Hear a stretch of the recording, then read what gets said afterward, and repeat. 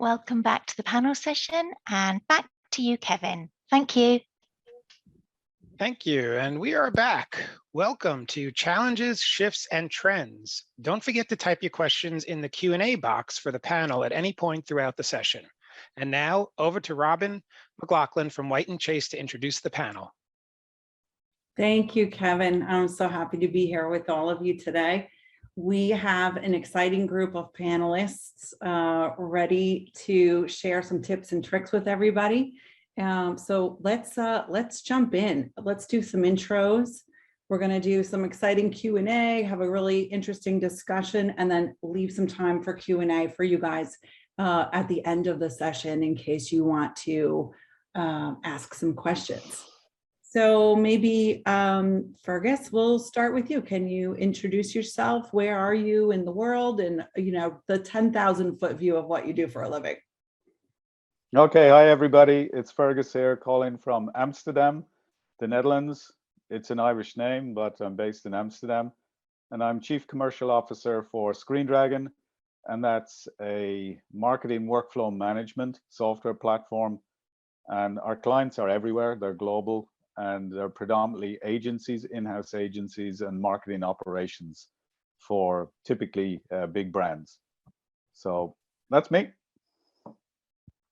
Great, welcome. And Joel, how about you? Hi, my name is Joel Karachi. I work in Chicago, Illinois, and I am the Associate Director of Creative Operations for a company called JLL, which is a large commercial real estate company. And the way I approach my job is just trying to make designers' lives a little bit easier and that they can focus a little bit more on design and less on other things. Sounds good. Thanks. Glad to have you. How about Chelsea? Hi, I'm Chelsea D'Angelo. I'm based in Denver, Colorado. I work at a company called Brandfolder, or a digital asset management platform. I lead the content creative team here. And we help also figure out how marketers and creatives can be more efficient. Super, welcome. And Juan, how are you doing today? Hello, thank you. So I'm Juan Pablo. I'm based in Cologne, Germany, and I am the head of creative services of DFL Digital Sports. And I have a small team of 8 creatives. And our mission is to shaping the visual language of the Bundesliga and also to create consistency across all the visual touch point of the league. The league produce a big amount of creative assets because care about all the production, every phase of the production chain. So we produce all the visuals for the match, for the football match itself, and also the promotional material. So there is a lot of work to do, and our duty is to make all looks good and consistency. Yeah, makes sense. Awesome. Glad to have you all here. I'm excited. Maybe we could drop our slide and show our videos. That way everybody can see your faces and we can get started with our conversation here. Mm-hmm. So let's give us a minute here. Jeanette, are you with us to stop sharing our slide? Yes, that's been done, Robin. Thanks now. Beautiful. All right, great.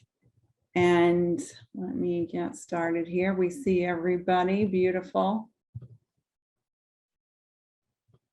Good. So what this group and I have been talking a little bit over the last few weeks about challenges and new trends and shifts that we're seeing in our industry and on our teams, and where we look for trends, new tools that we might be using, what's going on with culture on our teams.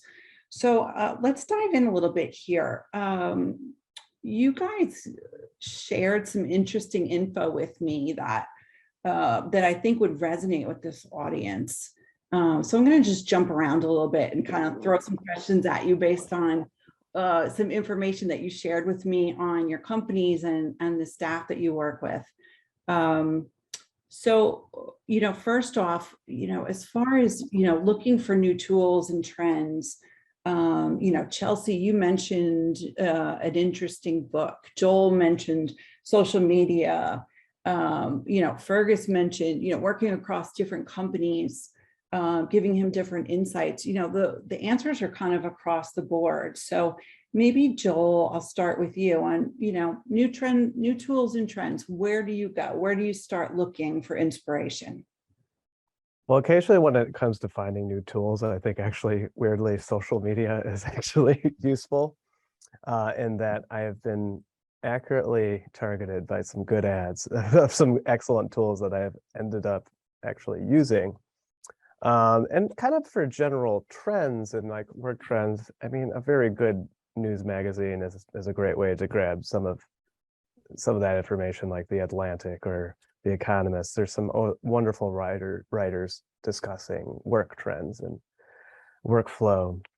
But then when it kind of comes to larger things, nothing is a good substitute for good books, really good books that that's where it has the highest signal to noise, in my opinion, of where to get information of how to improve a team from the ground up.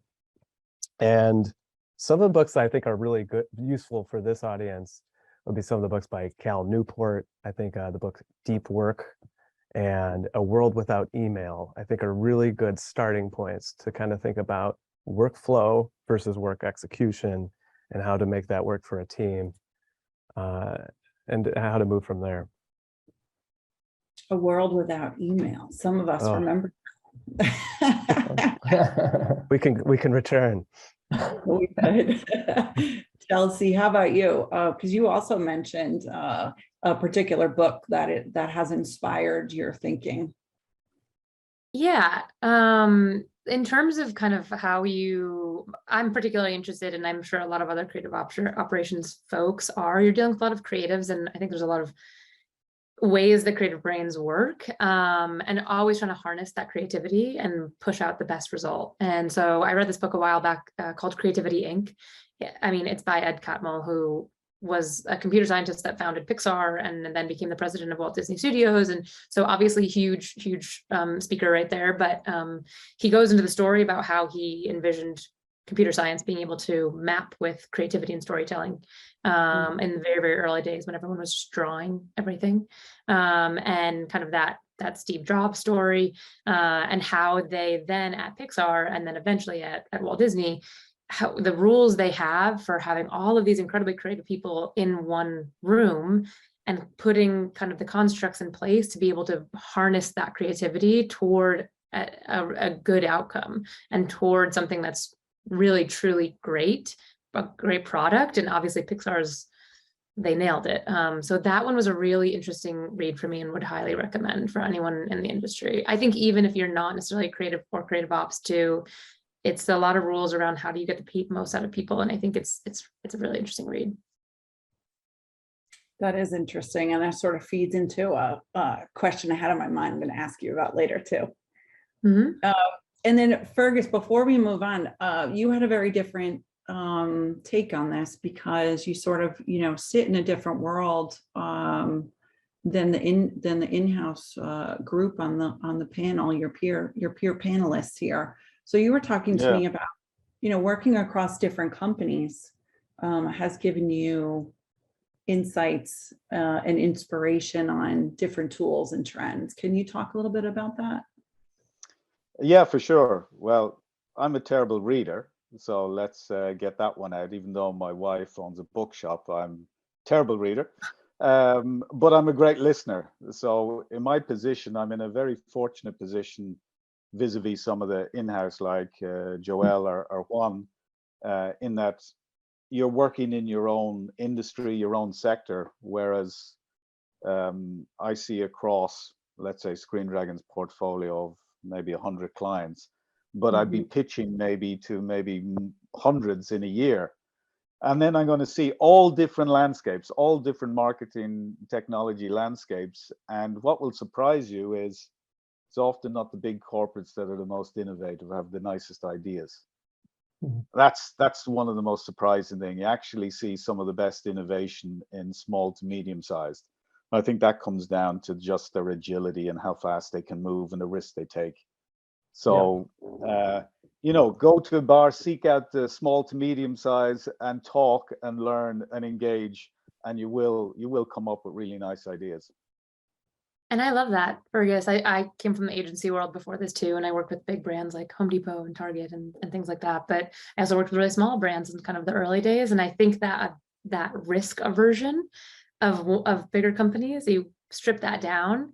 And I think that's another element of it, is just you have to be willing to fail a little bit and just be able to try something out and put a little risk out there and see what happens.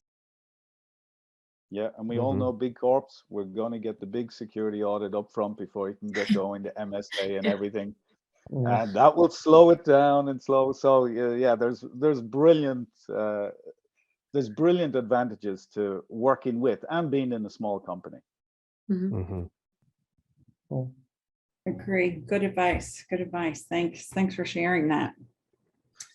You know, on another note, you know, I think something that we can't, you know, talk about because it's so new for so many companies is a hybrid way of working. At White & Case, for example, people are expected to be back in the office 3 days a week. So this is a new trend in itself, and with it comes challenges and positives and negatives and all of that. And you know, you each kind of shared with me some, you know, different perspective on how this is working, maybe not working, some challenges to look out for.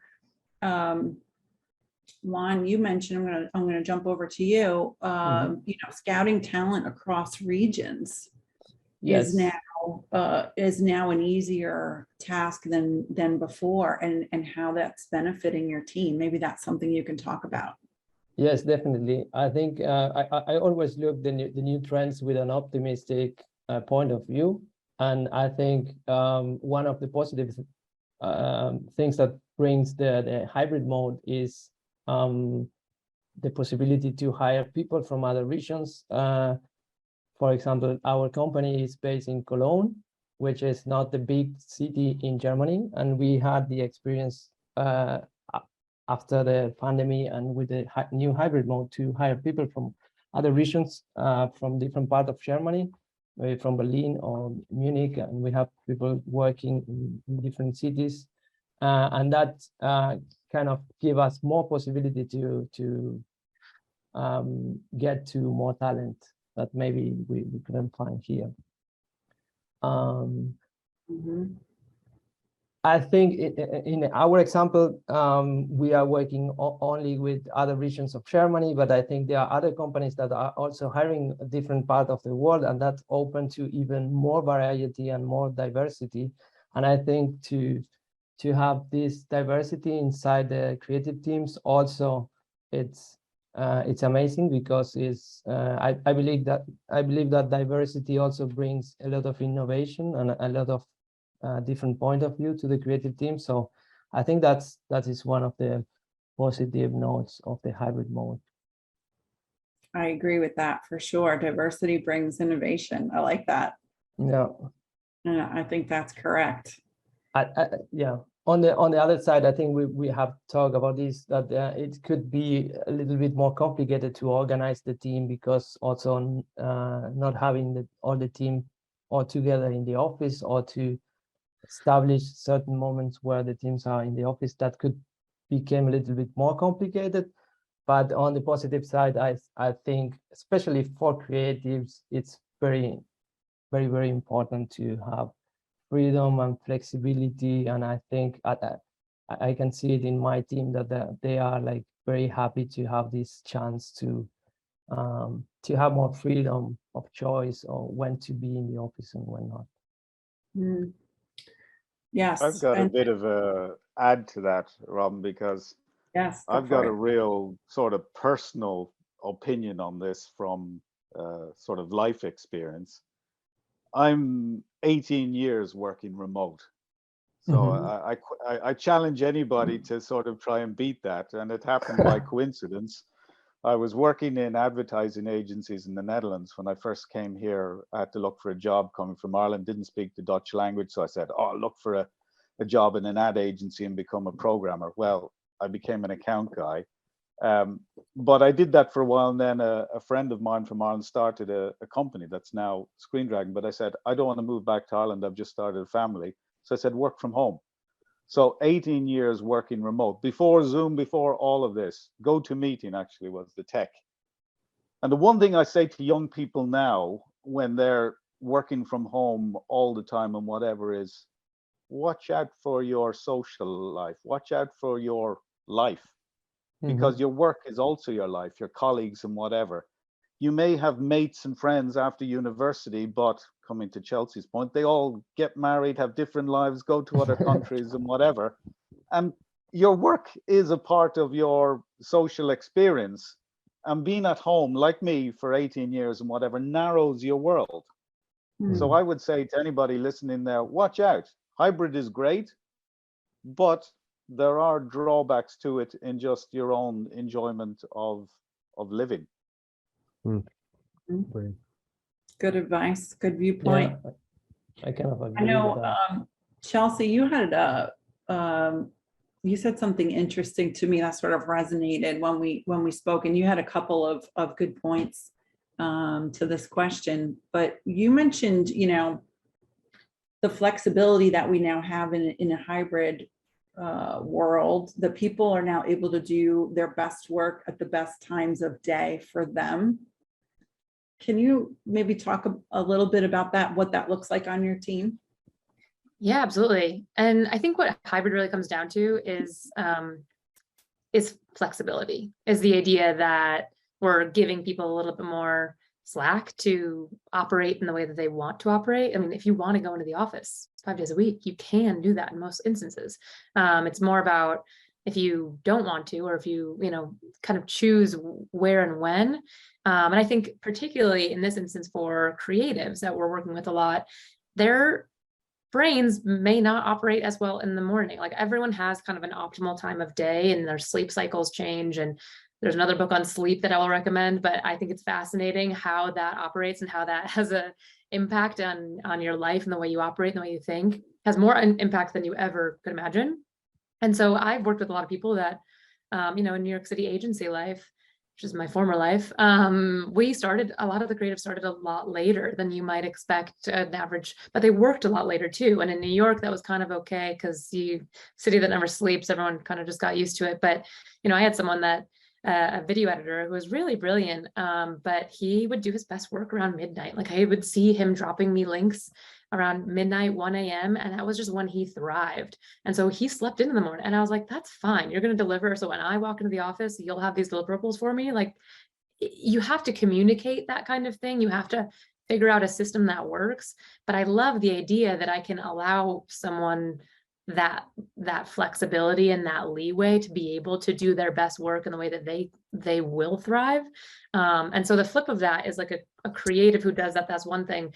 I also have a corporate lawyer in New York City, one of my friends, who's also like, the world is set against me because it's set to start early in the day and I am a night worker. And so she will work until, that's corporate lawyer too, but she's working late at night and then on weekends, honestly. But there's all sorts of brains that work differently. And I think that the ability to kind of shift our thinking from this very conventional in office 9 to 5, 6, whatever it happens to be, I think it's more about figuring out how your team can thrive the best and also communicate in all these different technologies that we have. That makes sense. Right. The goal is to meet the deadlines, right. Meet the scope of work that you've agreed with your client. And if you have somebody amazing on your team who's able to do that, but they're doing that at 2 a.m., then so be it. Right. It's getting done. It's getting done well. That's the goal. Yeah. So yeah, it's nice to see that flexibility evolving. And Chelsea, you also mentioned that you're starting to notice a trend where without the long commutes every single day of the week, that people now have a little bit more time for some professional development on your team. So that's kind of interesting, if you can talk a little bit about that. Sure. Yeah. I mean, I think the whole hybrid model, there's definitely pros and cons. And so to Fergus's point, I think people are like, I want like a social life. I want to be able to kind of live and disconnect outside of life. And I have a little bit more hours. I mean, some of those commutes can be really intense. In New York, people commute an hour into the city sometimes, and that's 2 hours out of your day. And so I think the shift has been to still enable kind of growth in a way. And so I've seen a lot of personal development kind of tracks pop up and be more prominent. I think that's an element of bringing culture back into the workplace, even though we've maybe lost it in person. So I have a lot of team members who want to kind of hone their skills in a certain area. So I have one of my designers working on, she's classically a graphic designer. So I had her working on a web design course. And one of my video editors was new animation, but could definitely get better. So I have them working on After Effects courses. And I think there's a lot of opportunity that fulfill people in different ways. And then also is a great way for them to feel kind of valued in the environment and have more kind of ambition in what they want to do. And then it pays off in the end because you have these more skilled workers that like where they're working. Right. Now they're more highly skilled to take on new opportunities that they couldn't have before, which hopefully keeps them engaged and happy and learning. And, and then they don't leave your team. They stick around and they stick around continuing to do good work. Exactly. Yeah, that makes sense. How about, a lot of us, myself included, over the years have had a challenge of managing people across different locations. And different locations, the complexity there being across different countries. And Joel, you talked to me a little bit about, you did a special project kind of on the side about, building culture across your team. You saw the need for this because your team is very large and widespread across the world. Can you share some of that with us? Yeah, so just for context, like our team has 80 plus people around the US, but then also we have another team in India, about 50 plus designers that we integrate heavily with. And our idea, like from basically kind of the beginning of when the pandemic occurred, was to create a series of programs that would make the team feel like a team, even though that we're never really going to see each other in person. I still have not met most of my team in person. So a few programs that we set up was, one, a design mentorship program where we paired greener designers with more experienced designers to help them develop personal goals and, on top of their one-on-ones with their manager. Then we also created a program called The Feed, where when you're stuck on a problem, we have this rotating group of designers. So you're stuck, you go to this one tool and they'll help you say, I can't, I'm gonna hit a wall here. And they'll give you a fresh set of eyes to work on something, help you get to the next step. And then we have a monthly call just within our US team of about 80 called Learn from the Experts, where we take a few subject matter experts on our team, take a deep dive into something to give the team more information on something. Last week, we did it on animating or making animations and e-publications and interactive PDFs. It was super, super helpful, and really that knowledge will expand across that team very quickly. And then also we want to connect with other teams too, not just with our design team, with the rest of the marketing, with our brokerage teams. So we have a monthly call called Creative Connections, and that's going to occur in about an hour. And it's a monthly series for us to talk about new design trends around the world of design in general, share some of the tips and tricks on creative tools that we have, a lot of different tech, and also share best-in-class work of the stuff on custom brands for clients we do, and in our own JLL brand as well. All that in concert kind of helps create this sense of a team that really feels like an actual culture, despite not really being in person with each other every day. I That's think really that's interesting. impressive. I was taking some notes while you're chatting. The feed really got my ears up. That's a fun one.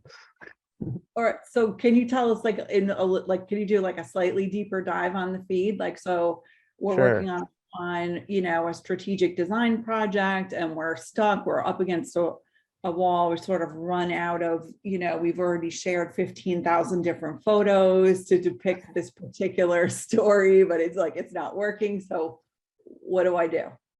Yeah, so so we used to do bi-monthly, like every 2 months we would do like small group critiques, but we found that you never really had work in the right space to be at that critique and actually need help, like at a specific time every 2 months. So we said, okay, we're scratching that. And there's just basically a place you go on our project management system, you add a task to a project, you add a proof on it.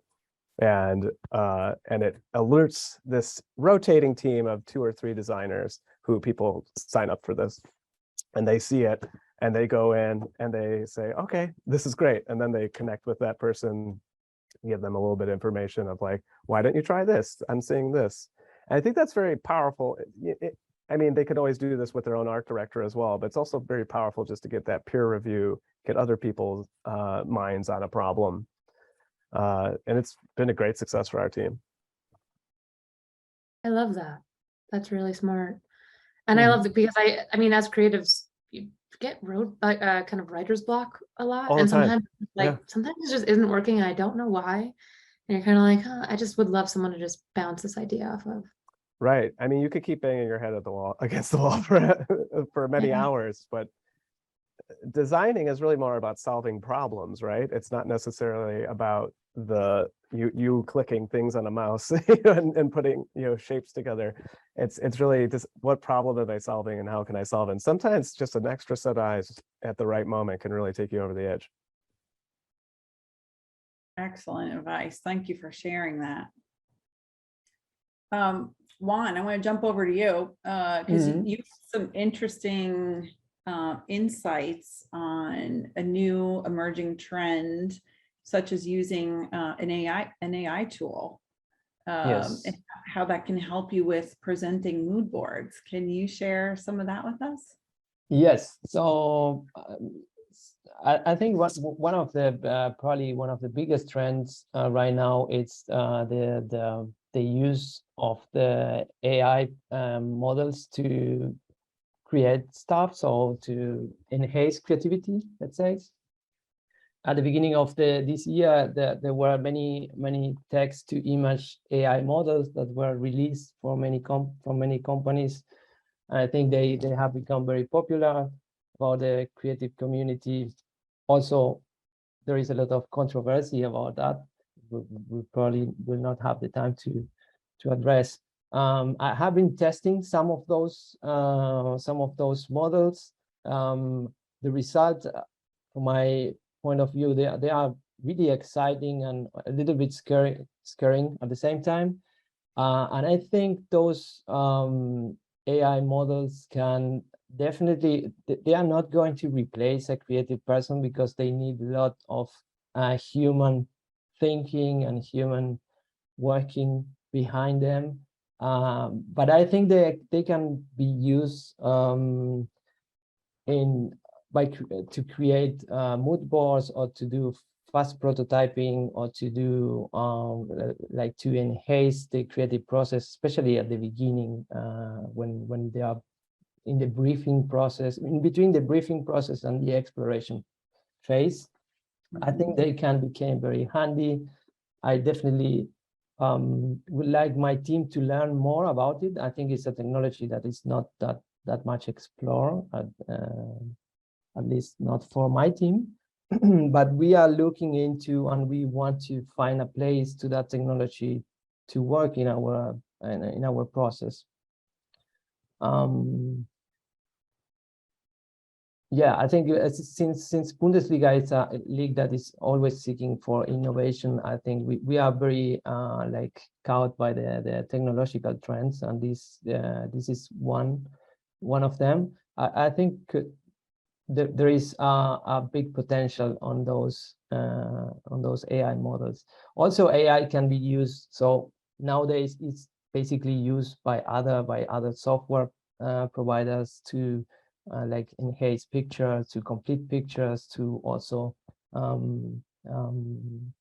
like scale up picture, also to classify like videos and so on. So I think that's a trend that we need to look at it. As I say, I have always an optimistic view on those trends, and I think it could be a good tool that can enhance the creative process. And also, I believe that these tools in the hand of a person that is not a designer or is not a creative, it cannot produce good results. So this is why I don't believe that those AI models can like replace a creative or a designer and so on. On the contrary, I think that could open to more new ideas when you have a blog, or to more unexpected results. Yeah, that's very interesting, and certainly a new area. Yeah. Oh, go ahead. Yeah, Go ahead, Juan. we're doing AI on something completely different than that, which is scarier for the designers, perhaps. We're doing it more on resourcing and people and skills and knowledge and reviews of freelancers.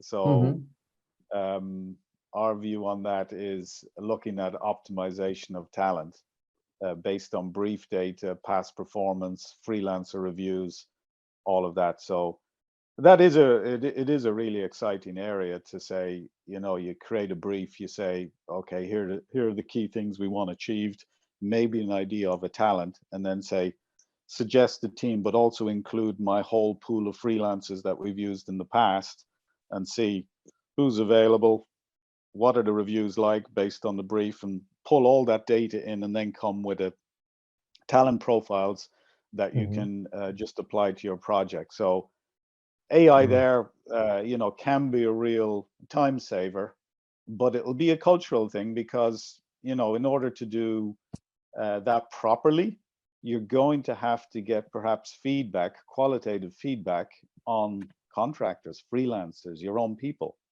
And we know how sensitive that topic could be. So I tread carefully. I think on both fronts, it makes sense, though, that you need the input for AI to actually work. So on both fronts, there's still this kind of human element of evaluation and understanding that starts it all off. So yeah, it's never going to eliminate, but I think the idea is that it makes you more efficient. And I don't think anyone here would be able to say there's a lack of demand for creative. So I don't think that there ever will be. So making us more efficient is always going to be a good thing. Makes sense. And then I've just opened up the chat so I could see the questions that are starting to funnel in from our audience. So I might start to just jump around between my own questions for you guys and then the audience questions. So before we get too far away from this topic, we have a question from Hernan for Fergus, who said, "This sounds great. What tools are you using? Are you allowed to make a tool recommendation?" For me, well, I sell the tools. I'm a vendor, so I'd be completely biased. I'm the wrong person to ask. Now, in terms of, we use, you know, for CRM and our own stuff, yeah, we use HubSpot, etc. But we use, you know, we drink our own Kool-Aid in terms of our software, which is for this demographic. It is for creative ops. So yeah, we sell to this demographic and we use it ourselves. So ask, I think, Joelle, Juan, and others for tech advice, because I'll only give you one answer. I recommend your company, definitely.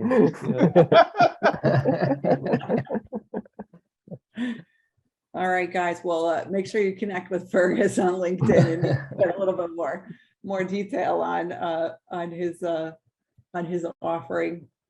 Okay, so I'm going to go back over to our audience questions. We've got a question coming in from Jody earlier on, and she's curious what are we doing across the board here to bring our teams together during this remote hybrid new way of working? How are you, like, you know, do you guys do like a Friday afternoon cocktail hour? Or do you actually figure out how to get together in person? What are you doing to pull everybody together and maybe just have some time for yourselves as a group?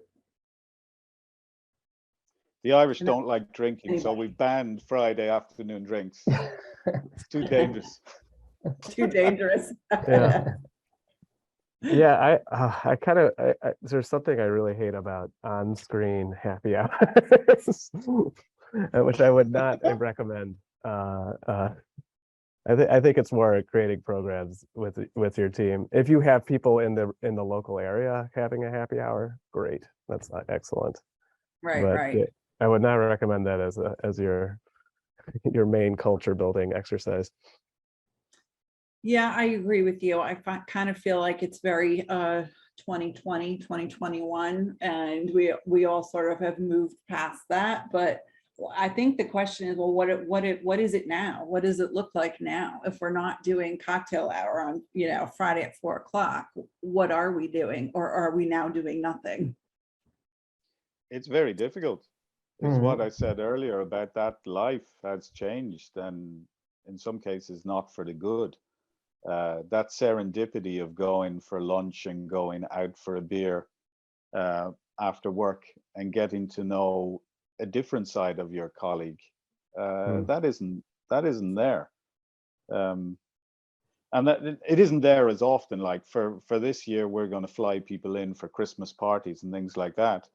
But you can't be doing that too often a year. It'll get too expensive if you've got people all around the world.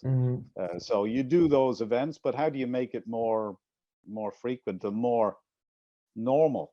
Less, okay, we're going to organize this, and there's a whole plan to organize the Christmas party, rather than saying, let's go for lunch, let's go for a drink after work.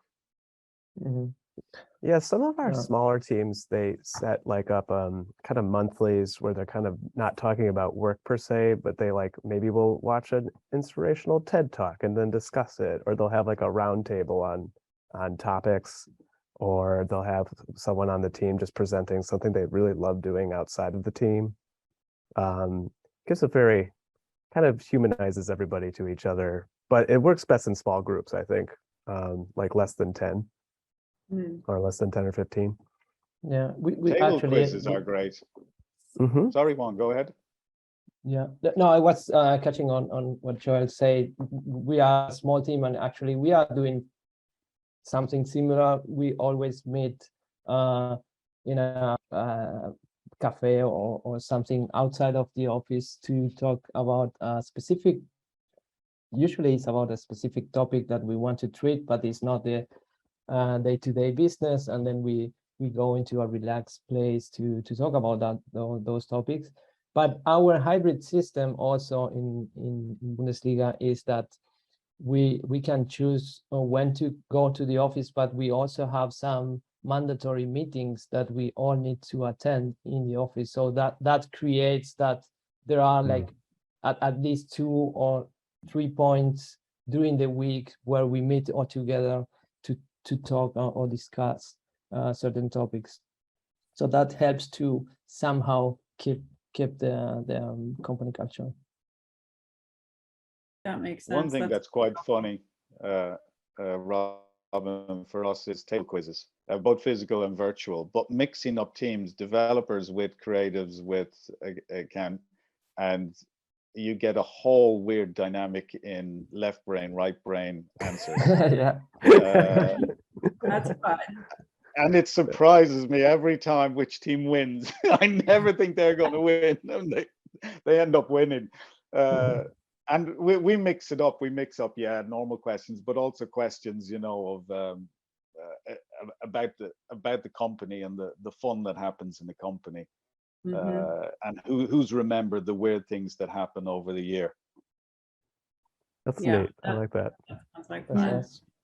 Yeah, we've needed to games too, just so that when you're on Zoom, because like there are some people in Denver we can meet in person, and we've done it half and half, where people are in the office and there's some on Zoom, and maybe you do a breakout room on Zoom, and we've gotten good feedback there. But I think it helps when you have a structure. So we did an example where everyone, this was for someone's kind of like a baby shower, but we brought in everyone's baby pictures and everyone just guessed. And so you had little groups.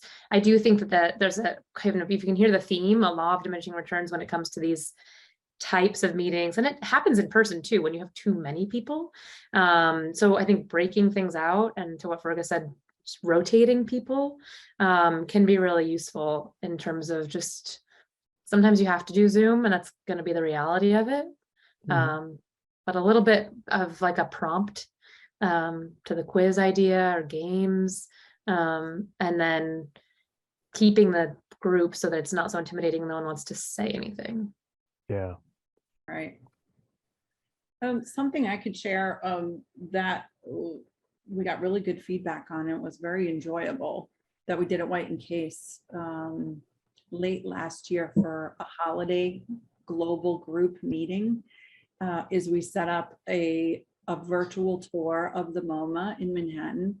And we also had a curator join our global video discussion to just, sort of talk us through in more detail about the exhibition that we were about to see, which was sort of pre-filmed of the curator walking through the actual exhibition and talking about all the pieces. But then she joined us live and did a deeper dive.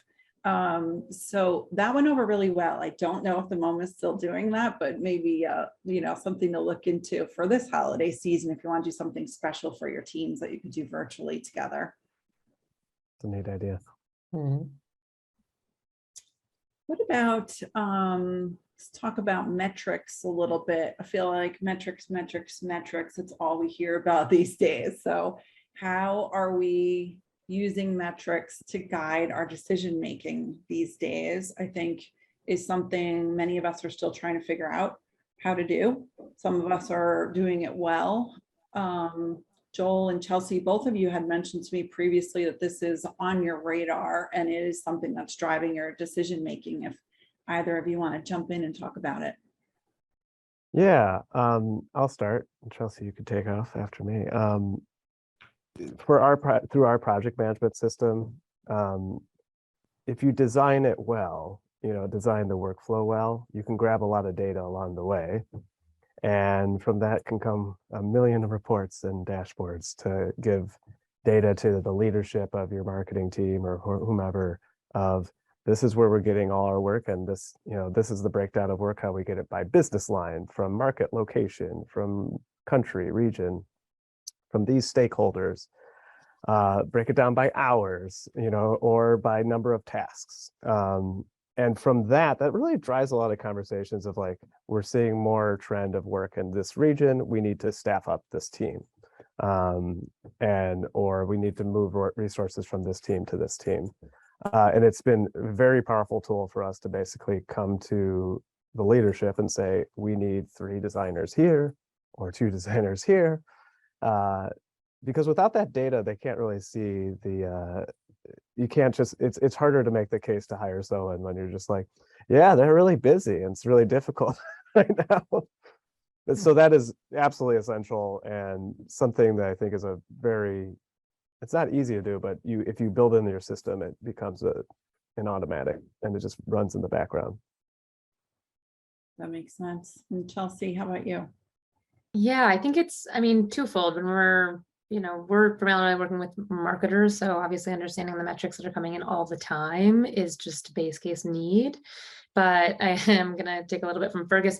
I also come from a digital asset management platform, so we are the vendor here. So obviously I'm a little biased, but I do think that all of these technologies are evolving to the point where this is kind of table stakes as well. So I can go into the platform on all of the content that we create. We house it in our platform and I can see who's using it, sharing it, downloading it. I can see which assets are being used the most. And I think this comes particularly handy when I'm working with sales. So we give them, I just threw some collateral into Brandfolder. I let everyone know, and I can go and see how many people are sharing it with potential prospects and customers, how many people are actually viewing it and how many people are downloading it.